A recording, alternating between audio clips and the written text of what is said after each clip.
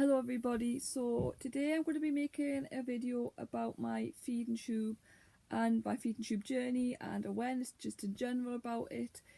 This week's feeding tube awareness week is from the 10th to the 14th of February and it's 2020. So basically I've got a feeding tube, and the current feeding tube I've got is called a PEG-J, and that stands for Percutaneous Endoscopic Gastrostomy Jejunal Extension. So let's rewind a bit. We'll go back to the initial feeding tube. So initially I had something called an NG tube, and that stands for nasogastric tube, and it goes through your nose and then down into your stomach. It was one of the most uncomfortable experiences ever. The amount of times I vomited them tubes I've lost count and was awful. The feeling of it going down and stuff is very uncomfortable, but you do get used to the feeling of it when it's in. You don't actually feel it when it's there, but when it's going in and stuff, and if you do vomit, it comes through your mouth. It's a bit scary and you're choking on it. But I've done that a few times. So initially I got that back in 2017, and that was on the 21st of December 2017. It was just a few days before Christmas, and unfortunately I actually spent Christmas in the hospital that year. It all started with a prolonged period of vomiting. I couldn't stop being sick. Everything I was eating, everything I was drinking, I was being sick. I was also choking. It just wasn't... I had lost a lot of weight. I was severely malnourished. I was in quite a dire situation back then. I had various tests. Unfortunately, the endoscopy failed. That's another story in itself. I can't manage an endoscopy, unfortunately, so I end up having to have a general anaesthetic or something called a transnasal endoscopy, which a hospital doesn't have the equipment for. A transnasal endoscopy, I'm under the RVI, they don't have that equipment, but the Sunderland Royal do have the equipment, and now and again they will loan it from Sunderland Royal Hospital. I mean, there would be an option. I could go to Sunderland Royal. I mean, I'm not too far away from it, but in a way I am, because, I mean, you have to get a bus, and the bus takes about an hour to get to Sunderland, so it's not that easy. I don't actually know where Sunderland Royal Hospital is. So, back to that. I had all the tests. I had a videofluoroscopy, something else, I can't remember what else it was, the barium swallow, all of that sort of stuff, and it was really getting complicated and we weren't sure what was going on. But from what had happened is that from the tests we had figured out that I've got something called gut dysmotility. So the nerves and the muscles just don't work in my stomach. They just don't contract. The stomach's going paralysed, basically, along them lines. It's affecting all my gut now. It's not an easy thing to live with, but that's my diagnosis, and main reason why I've got the feeding tube is because of the gut dysmotility and all of the problems what that brings, the vomiting and the food sitting in the stomach for a very long time. So I can only eat certain foods and drink certain things without being unwell. So you can't overload your stomach with this condition. You can only eat small amounts, which I'm very grateful that I can still eat small amounts, but the feed is obviously the most important thing in this. So going on a little bit with this journey and stuff, I finally managed to get that transnasal endoscopy done as well, and that showed up chronic gastritis, which I'm still suffering from. Nasty, not very nice. Chronic gastritis causes a lot of vomiting, so on top of I've got the chronic gastritis and the gut dysmotility, that causes a whole load of things. But obviously on top of that I've got Ehlers-Danlos syndrome as well, and this is part of the reason why I've got the gut dysmotility. For it's Ehlers-Danlos syndrome really knacks your organs up, basically.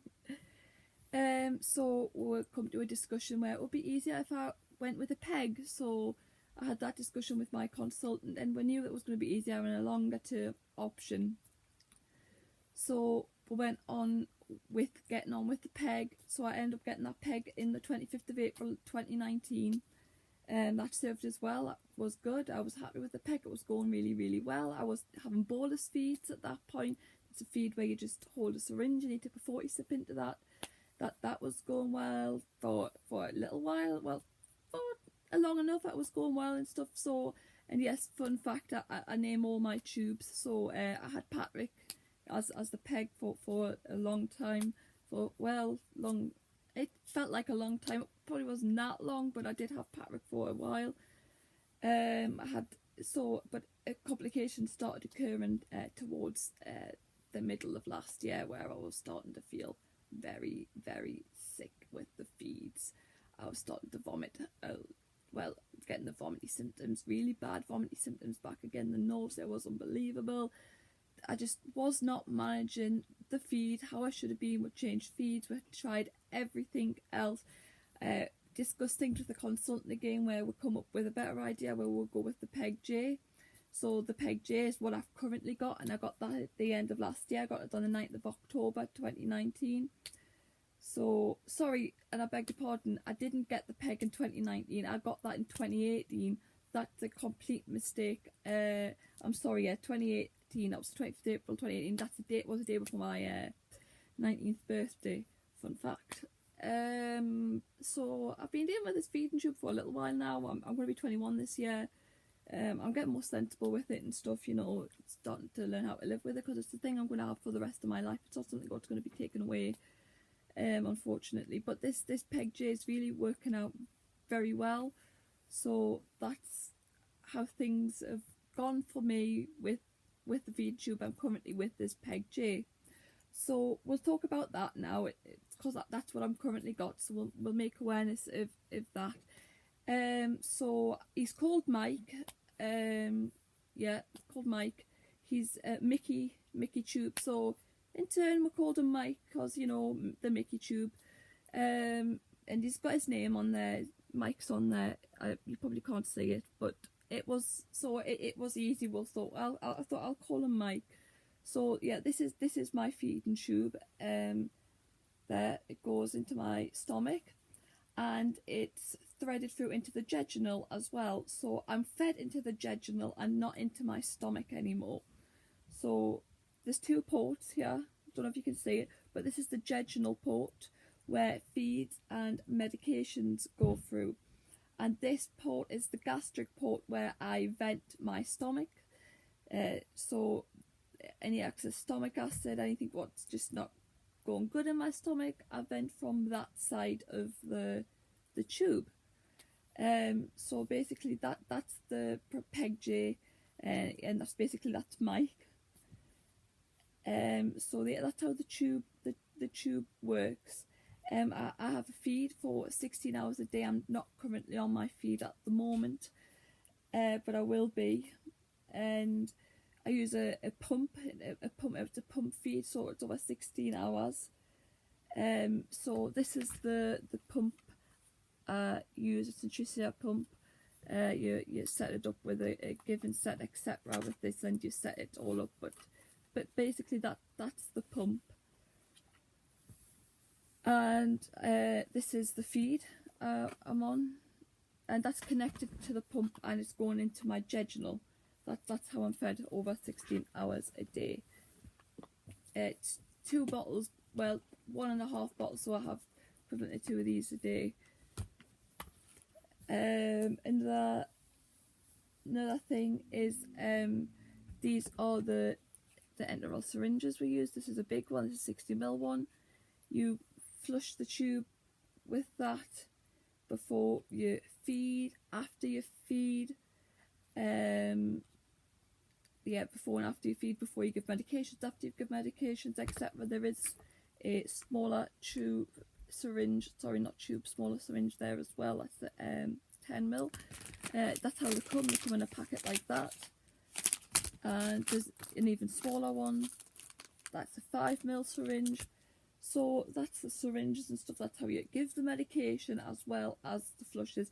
For a flush you used sterile water or boiled cooled water.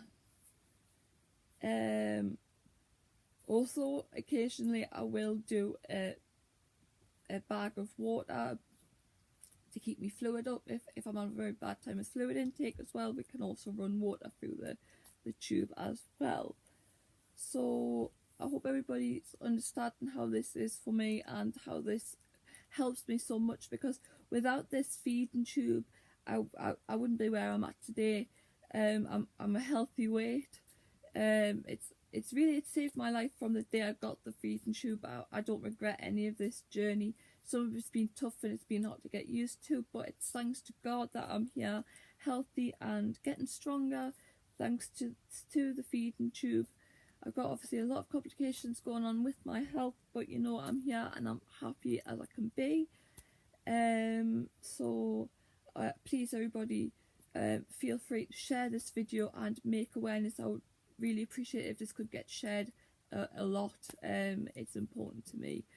Sorry, also you can get these cute little tubey things called tubey pads, and you can put them around your site. So you would just clip it on, you put under. I've got lots and lots and lots of these, but to make it a little bit more, you know, exciting, a bit more fun, a bit easier to cope with when you have these sorts of things. So yes guys, thank you for watching. Please like, share and subscribe. Please share. This is very important to me. I hope everybody has understood this feeding tube awareness video. Thank you. Bye.